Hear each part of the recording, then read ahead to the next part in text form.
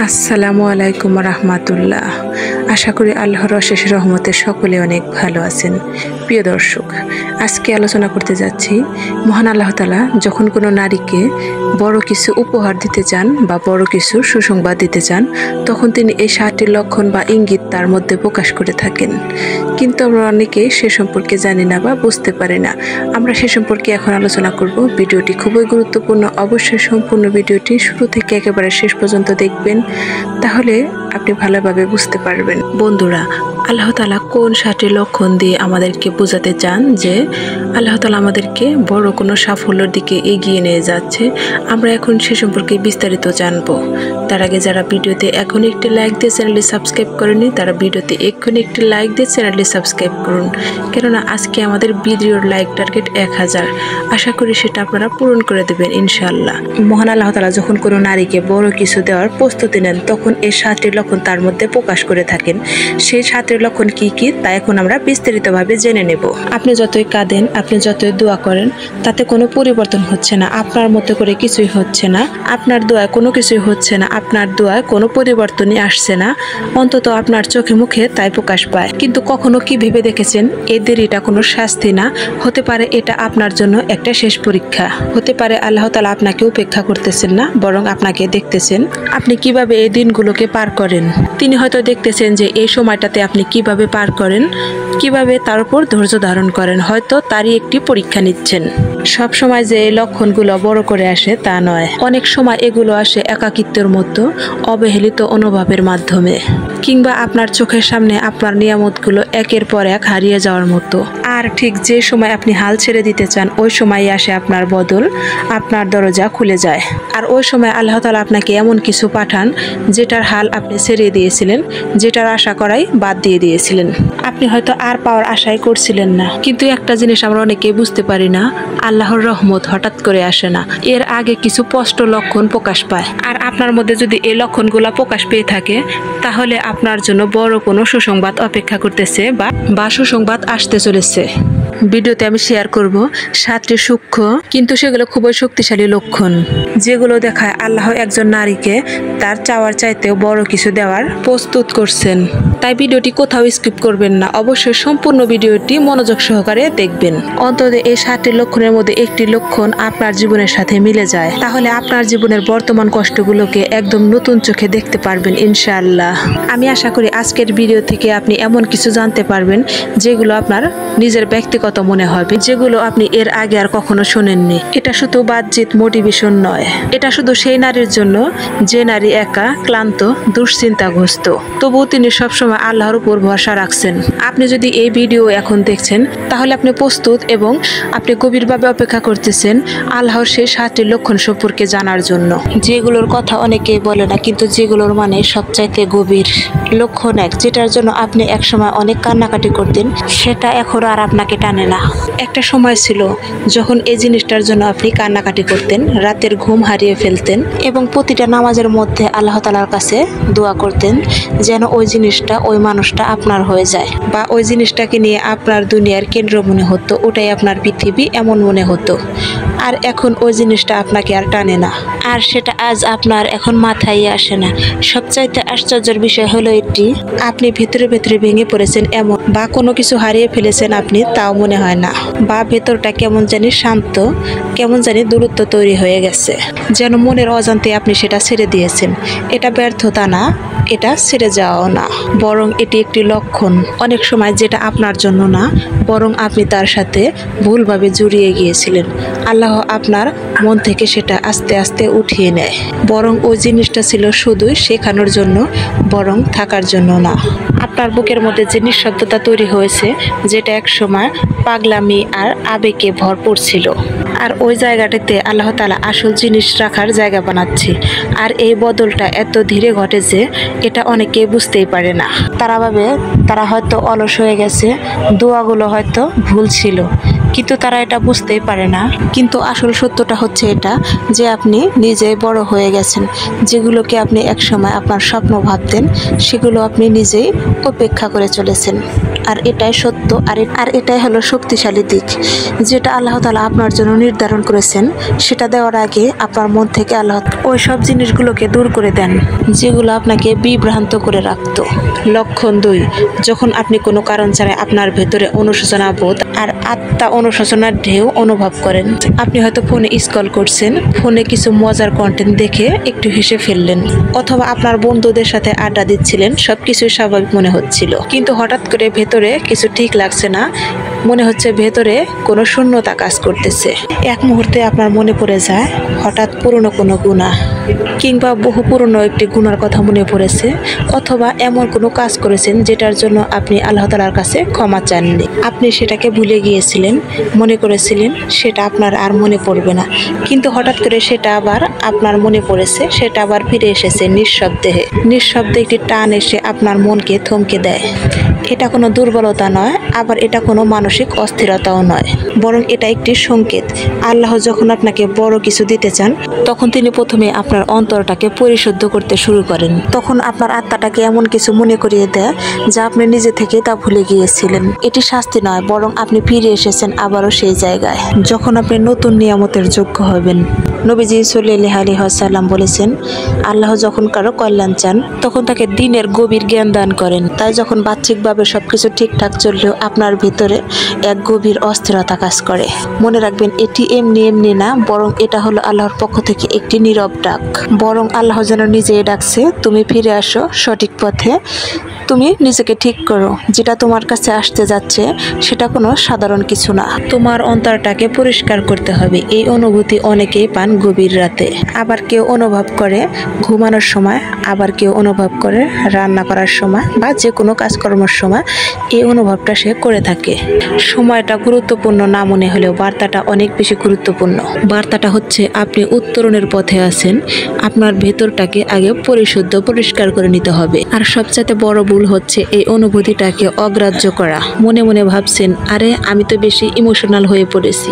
না, এটা হলো আপনার আত্মার ডাক, যা বলছে চলো আল্লাহর পথে ফিরে যাই, নিজেকে ঠিক করি, কারণ বড় কিছু আসছে আর সেটার জন্য আমাদের প্রস্তুতি গ্রহণ করতে হবে। তাই আপনার যদি ইদানিং এরকম অনুভূতি হয় যে হঠাৎ আপনি অনুশোচিত হচ্ছেন, ভেতরে নীরবতার এক আত্মসমালোচনার অনুভূতি, তা থেকে পালাবেন না, বরং একটু থেমে তা শোনার চেষ্টা করবেন। হয়তো এই নীরব অস্বস্তি অনুভূতির মধ্যে লুকিয়ে আছে এক নতুন নিয়ামতের আগমনী বার্তা। লক্ষণ 3, যখন হঠাৎ করে আপনার আপনজন দূরে সরে যেতে শুরু করে, ইভেন তারা যাদেরকে আপনি আপন ভেবেছিলেন সারা জীবন আপনার পাশে থাকবে। শুরুর দিকে এগুলো খুব ব্যক্তিগত মনে হয়, দূরত্বতা, নীরবতা, যাদেরকে আপনি খুব ভরসা করতেন, ভালোবাসতেন বা ভেবেছিলেন সবকিছুর মধ্যে তারা আপনার পাশে থাকবে, কিন্তু তাদের আচরণ হঠাৎ করে বদলে যেতে শুরু করে, 1-2 করে দূরে সরে যেতে শুরু করে। হঠাৎ করে তাদের কথাগুলো খুবই রুক্ষ মনে হয়, তাদের কথা বলার ধরনগুলো পাল্টে যায়, ফোনে আর আগের মতো উত্তর আসে না, পরিকল্পনাগুলো বাতিল হয়ে যায়। সবচেয়ে কষ্টের বিষয় হলো এটি, চলে যাওয়ার সময় কেউ কোনো কারণও বলে না। তখন আপনি নিজেকে দোষী মনে করেন, নিজেকে দায়ী ভাবতে থাকেন। আমি কি ভুল বলেছি? আমি কি ভুল কিছু করেছি? আমি কি কাউকে ধরে রাখার মতো যোগ্যতা অর্জন করিনি? আমি কাউকে ধরে রাখতে পারি না, হয়তো আমারই ভুল ছিল। এরকম নানা প্রশ্ন আপনার মনে জাগতে থাকে, নানা কৌতূহলী কথা আপনার মনে আসতে শুরু করে, আর বারবার নিজেকে দোষী ভাবতে শুরু করেন। কিন্তু এই সব কিছু যদি সত্য না হয়, কিন্তু এই একাকিত্ব, হঠাৎ নীরবতা, যদি এগুলো দুনিয়া থেকে মুখ ফিরিয়ে নেওয়া না হয়, বরং আল্লাহর পক্ষ থেকে এক নতুন দিক নির্দেশনা হয়। সূরা আন-নাফলে আল্লাহ তাআলা বলেছেন, জেনে রেখো আল্লাহ তাআলা একজন মানুষের হৃদয়ের সবচেয়ে নিকটতম স্থানে অবস্থান করে। আল্লাহ তাআলা সবকিছু জেনে একজন মানুষের মাঝে হঠাৎ করে আপনার আর তার অদৃশ্য দেয়াল তৈরি করে দেন। আপনাকে কষ্ট দেওয়ার জন্য নয়, বরং আপনাকে এমন কিছু থেকে রক্ষা করার জন্য যা ভবিষ্যতে আপনাকে আঘাত করত, কিংবা সেই জায়গাটা ফাঁকা করে দেন যাতে ভালো কিছু সেই জায়গায় আসতে পারে। একবার চিন্তা করে দেখুন, যদি সব সম্পর্ক ঠিক থাকতো, সবাই আপনার কাছে থেকে যেত, তাহলে কি আপনি এভাবে আল্লাহর দিকে ফিরে যেতেন? আমরা অনেক সময় বুঝতেই পারি না আমরা কতটা মানুষের প্রতি নির্ভরশীল হয়ে পড়ি, যতক্ষণ না আল্লাহ তাআলা একে একে সবাইকে সরিয়ে নেন। তিনি মনে করিয়ে দেন কে আসলে সব সময় পাশে থাকে, আর এটা স্বীকার করা খুবই কঠিন, কিন্তু লক্ষণটা খুবই স্পষ্ট। এই নীরবতা আপনাকে শোনা, এই অশ্রু আপনাকে নামাজে দাঁড় করায়, এই নিঃশ্বাস নিঃসঙ্গ রাতগুলো আপনাকে সিজদার জায়গায় এনে দেয়, আর সেখান থেকে আপনার পরিবর্তন শুরু হয়। এটা পরিত্যক্ত নয়, এটা পরিশুদ্ধতা। সবসময় আল্লাহর রহমত মানুষের ভিড়ের মধ্যে আসে না। কখনো কখনো রহমত আসে বিচ্ছেদের পর, যখন চারপাশের শব্দ বন্ধ হয়ে যায়, যখন মনোযোগ ফিরিয়ে আনা হয়, যখন আপনার চারপাশে কেউ থাকে না, সেখানে শুধু আপনি আর আপনার রব।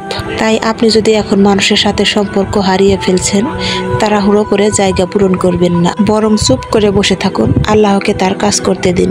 কারণ যে চলে যাচ্ছে সে আপনার পরবর্তী জীবনের অধ্যায়ের অংশ ছিল, আর সামনে যে অধ্যায় আসছে সে আগের সবকিছুর চাইতেও অনেক বেশি সুন্দর।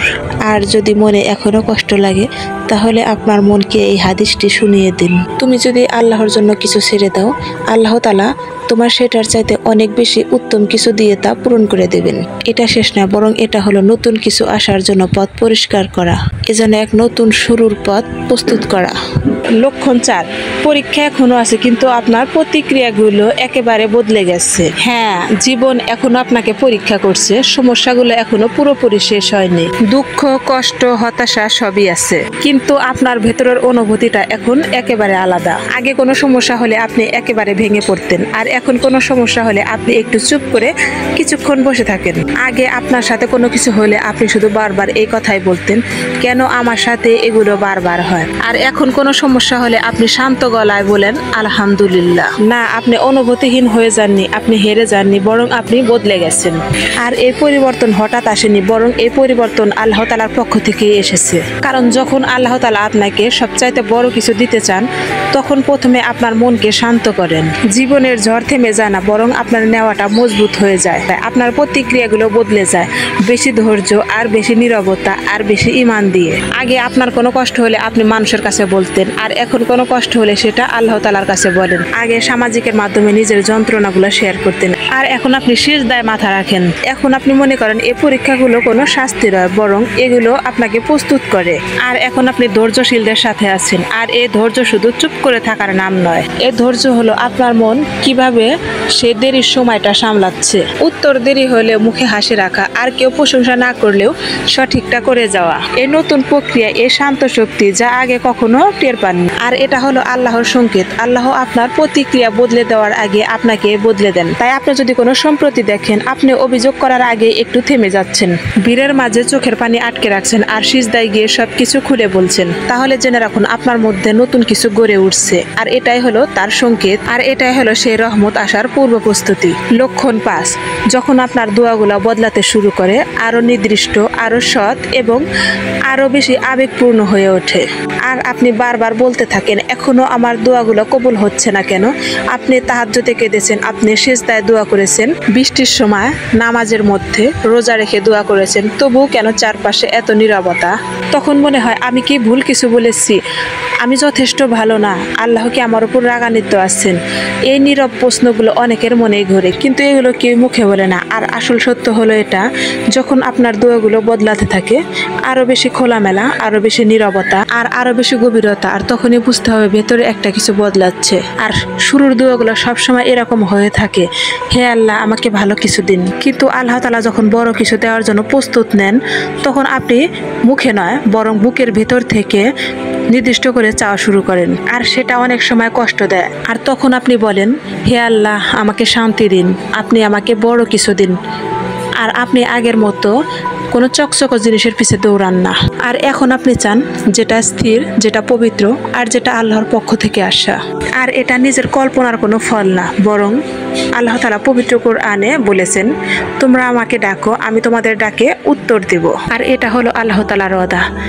কিন্তু আমাদের নবীজি সাল্লাল্লাহু আলাইহি ওয়াসাল্লাম আমাদেরকে বুঝিয়ে দিয়ে গেছেন, সবসময় আল্লাহর ওয়াদা আমাদের প্রত্যাশিত মতো পূর্ণ হয় না। তিনি বলেছেন, যখন কোনো মুসলমান দোয়া করে যেখানে কোনো গুনাহ বা আত্মীয়তার সম্পর্ক ছিন্ন করার কথা না থাকে, তাহলে আল্লাহ তাকে 3টির যে কোনো একটি দেন। 1, দ্রুত দোয়া কবুল করেন। 2, আখিরাতের জন্য তা জমা করে রেখে দেন। 3, ওই দোয়ার বদলতে বড় কোনো বিপদ থেকে তাকে রক্ষা করেন। মানে আমাদের দোয়া কখনোই বৃথা যায় না। যখন আপনি কোনো দোয়া করে কিছু পাচ্ছেন না, তখন আপনি মনে করবেন এই দোয়ার কারণে আল্লাহ তাআলা বড় কোনো সমস্যার থেকে আপনাকে বাঁচাচ্ছেন। হয়তো দোয়াটা এমন এক সময়ের জন্য রেখে দিচ্ছেন যে সময়টাতে ওই জিনিসটা আপনার সবচেয়ে বেশি প্রয়োজন হবে। আর এভাবেই আপনি আস্তে আস্তে বদলে যাচ্ছেন। যখন আপনার দোয়ায় এমন কথা আসে, হে আল্লাহ, যদি এটা আমার জন্য ভালো হয় তাহলে আমাকে এটা দিয়ে দিন, আর যদি এটা আমার জন্য কল্যাণকর না হয় তাহলে আমাকে বাঁচিয়ে দিন, ইভেন আমি যেটাকে চাই, তখন আপনি বুঝে নেবেন আপনি হাল ছাড়ছেন না, বরং আপনি পরিবর্তন হচ্ছেন, বরং আপনি আত্মসমর্পণ করছেন এবং আপনি গড়ে উঠছেন। আর এই দোয়ার পরিবর্তন হলো এটা আপনার আত্মার পরিবর্তন। আর আপনি এখন কোনো সহজ পথ চাচ্ছেন না, আপনি চাইছেন এমন কিছু যা আখিরাতের জন্য ভালো। আর এই পরিবর্তনই অনেক সময় আল্লাহর দরজা খুলে দেয়, যে দরজায় আপনি কখনো নকই করেননি। তাই পরের বার যখন আপনি বলবেন আল্লাহ কেন আমাকে দিচ্ছে না, কেন আমার দোয়া কবুল হচ্ছে না, তখন আপনি নিজেকে জিজ্ঞেস করবেন আপনার দোয়ার ধরনগুলো বদলে গেছে। আপনি যেটা এখন চাইছেন সেটা আপনাকে শুরু থেকে চাওয়া উচিত ছিল। লক্ষণ 6, আপনি আগে যেসব জিনিসে আকৃষ্ট হতেন সেই সব জিনিস এখন আর আপনাকে মুগ্ধ করে না। একটা নিঃশব্দ পরিবর্তন ঘটে। যেসব জিনিস আগে অনেক বেশি আপনাকে উত্তেজিত করত, এখন আর সেগুলোকে আপনি তেমন ভাবে চান না। পার্টি, স্ক্রল করে যাওয়া, ভালো লাগার নামে প্রশংসা অর্জন করা, পারফেক্ট ছবি তুলে শো অফ করা, সাময়িক আনন্দ, সবকিছু এখন ছোট ছোট লাগে। এমন মনে হয় এগুলো আপনার পুরনো কোনো অংশ ছিল, এমন মনে হয় এগুলো আপনার পুরনো কোনো অংশ ছিল। এগুলো আপনি নিজের থেকে ছাড়িয়ে গেছেন। এটা এমন নয় আপনি নিস্তেজ হয়ে গেছেন, বরং আপনি এটা মনে করা ভুলে গেছেন বিভ্রান্তি মানে আনন্দ। আগে যেসব বন্ধু আপনাকে টানতো, যেসব স্বীকৃতি আপনাকে ভালো লাগাতো, এখন সবই আপনার ভারী লাগে। এখন আপনি আর কারো দৃষ্টি আকর্ষণ করতে চান না, আপনি আর বাহিরের কোলাহলতা খোঁজেন না। এটা হতাশা নয়, বরং এটা আত্মিক পরিবর্তন। যখন আল্লাহ আপনাকে পবিত্র কিছু দিতে চান, তখন আপনার মন থেকে আগে সবকিছু আস্তে আস্তে পরিবর্তন করে তোলেন, যেগুলো আপনার অন্তরকে অসাড় করে রেখেছিল। পবিত্র কোরআন সূরা কাহাফে আল্লাহ তাআলা বলেন, তুমি ধৈর্য ধারণ করে তাদের সাথে থাকো যারা সবসময় মহান আল্লাহ তাআলার প্রতি ধৈর্য ধারণ করে এবং তার উপর প্রবল বিশ্বাস ও ভরসা রাখে, এবং সবসময় তাদের প্রতিপালককে আহ্বান করে তার সন্তুষ্টি লাভের আশায়। তুমি দুনিয়ার চাকচিক্যর দিকে তাকিও না এবং তাদের অনুসরণ করিও না, যাদের অন্তর থেকে আমার স্মরণকে গাফিল করে দিয়েছি, আর যারা নিজেদের খেয়াল খুশি মতো চলে, আর তাদের ধ্বংস অনিবার্য। এই পরিবর্তনই হলো, এখন আপনি উত্তেজনা নয় বরং নীরবতা চান, এখন আপনি অস্থিরতা নয় বরং আপনি গভীরতা চান, ইভেন সেটা যদি একাকিত্বর দিকে নিয়ে আসে। আজকের দুনিয়ায় সেটা খুবই বিরল, কারণ চারপাশে কেবল বিজ্ঞাপন, সোশ্যাল মিডিয়া, আর আপনাকে বলে আরো চাও, আরো চাও, আরো পাও, আরো অলয়েস। আমাদেরকে শেখানো হয়েছে দুনিয়ায় যদি আপনি জলে না হন তাহলে আপনি পিছিয়ে। কিন্তু আমরা ভুলে যাই এই দুনিয়ার সফলতা কখনো চূড়ান্ত গন্তব্য নয়, এটা হলো একটি পরীক্ষার স্থান। আসল গন্তব্য হলো আখিরাত। আয়াতে আল্লাহ তাআলা স্পষ্ট বলেছেন, তাদের বাহিরে চোখ দিও না, দুনিয়ার আলোয় যাদেরকে আকৃষ্ট করে তোলে। আপনার মন সেই সব জিনিস থেকে ধীরে ধীরে উঠে যায় যেসব জিনিস আপনাকে একসময় আকৃষ্ট করে তুলতো। আপনি এখন এমন একটা পর্যায়ে পৌঁছে গেছেন আর আপনি বুঝতে শিখে গেছেন যে এটা যদি আমার জন্য হয় তাহলে এটা আমাকে খুঁজে নেবে, আর এটা যদি আমার জন্য না হয় তাহলে আল্লাহ আমার জন্য আরো ভালো কিছু প্রস্তুত করছেন। আপনি এখন আর বারবার ফোন চেক করেন না সেই কাঙ্ক্ষিত কলের আশায়। ওইসব কথোপকথন নিয়ে আপনি আর মাথা ঘামান না, আমি কি কিছু ভুল বলেছি এসব নিয়ে আপনি আর নিজেকে ব্যস্ত রাখেন না। আপনি এটা এখন বুঝে গেছেন কোনো কিছু শক্ত করে ধরে রাখা এটা আপনাকে আরো ভেঙে ফেলে, এটা আপনাকে আরো অস্থির করে তোলে। নবীজি সাল্লাল্লাহু আলাইহি ওয়াসাল্লাম বলেছে, যদি তুমি আল্লাহকে স্মরণ করো তাহলে তুমি তাকে সামনে পাবে, যদি তুমি তোমার সুখের সময় আল্লাহকে স্মরণ করো তাহলে তোমার দুঃখের সময় আল্লাহ তোমাকে চিনবে। একটা কথা তুমি সব সময় মাথায় রাখবে, যেটা তোমার ছিল না সেটার নাগাল তুমি কখনোই পাবে না, আর যেটা তোমার ছিল সেটা তোমার হাত ছাড়া সেটা কখনোই হতো না। লক্ষণ 7, যখন আপনি কোনো ফলাফলের জন্য আসক্ত নন কিন্তু আপনার চেষ্টা একই রকম থাকে, তবে এটি সবচেয়ে শান্ত একটি লক্ষণ আর সবচেয়ে শক্তিশালী গুলোর মধ্যে একটি। আপনি এখনো দোয়া করছেন, আপনি আপনার দায়িত্ব পালন করছেন, আপনি এখনো নামাজ পড়ছেন, নামাজ পড়ে আল্লাহর কাছে দোয়া করছেন, কিন্তু আপনার ফলাফলটা এবার আটকে নেই, কিন্তু আপনি চুপচাপ বসে আছেন, আপনার ফলাফলটা সরাসরি আল্লাহর কাছে ছেড়ে দিয়েছেন। এর মানে এই না যে আপনি আর পরোয়া করেন না, আপনি এখন শিখে গেছেন।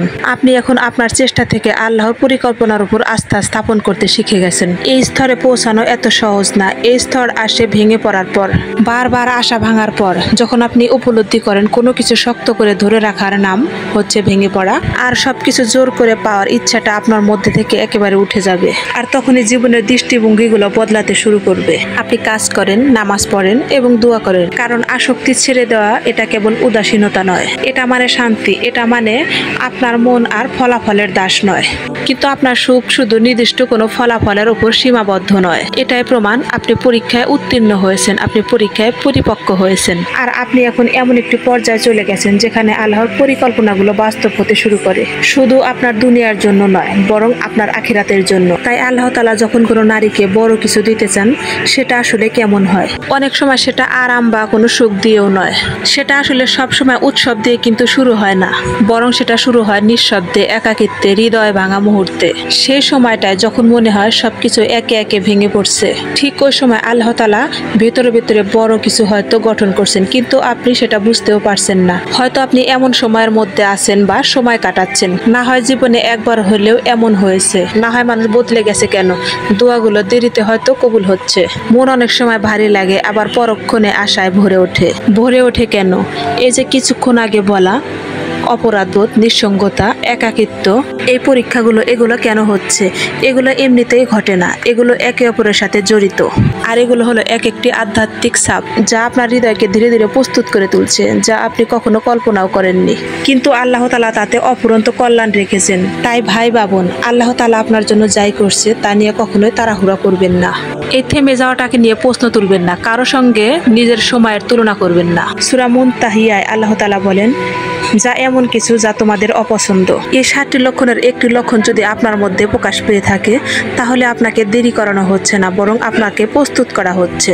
আপনাকে ওই নিয়ামত এসে এত সুখ দেবে যে বরং আপনি ভুলে যাবেন এই পর্যন্ত আসতে গিয়ে আপনি কত কষ্ট করেছেন। কমেন্টে এই ছোট্ট দোয়াটি লিখে যাবেন, হে আল্লাহ, আমাকে সেই নিয়ামতের জন্য আপনি প্রস্তুত করে দিন, আর এটা এমন করে আমার কাছে পাঠান যাতে আমি আপনার আরো কাছাকাছি চলে আসতে পারি। আমিন। বন্ধুরা, আজ এ পর্যন্তই। দেখা হবে আবারও কোনো নতুন ভিডিও নিয়ে। সে পর্যন্ত সকলে ভালো থাকুন, সুস্থ থাকুন। আল্লাহ হাফেজ।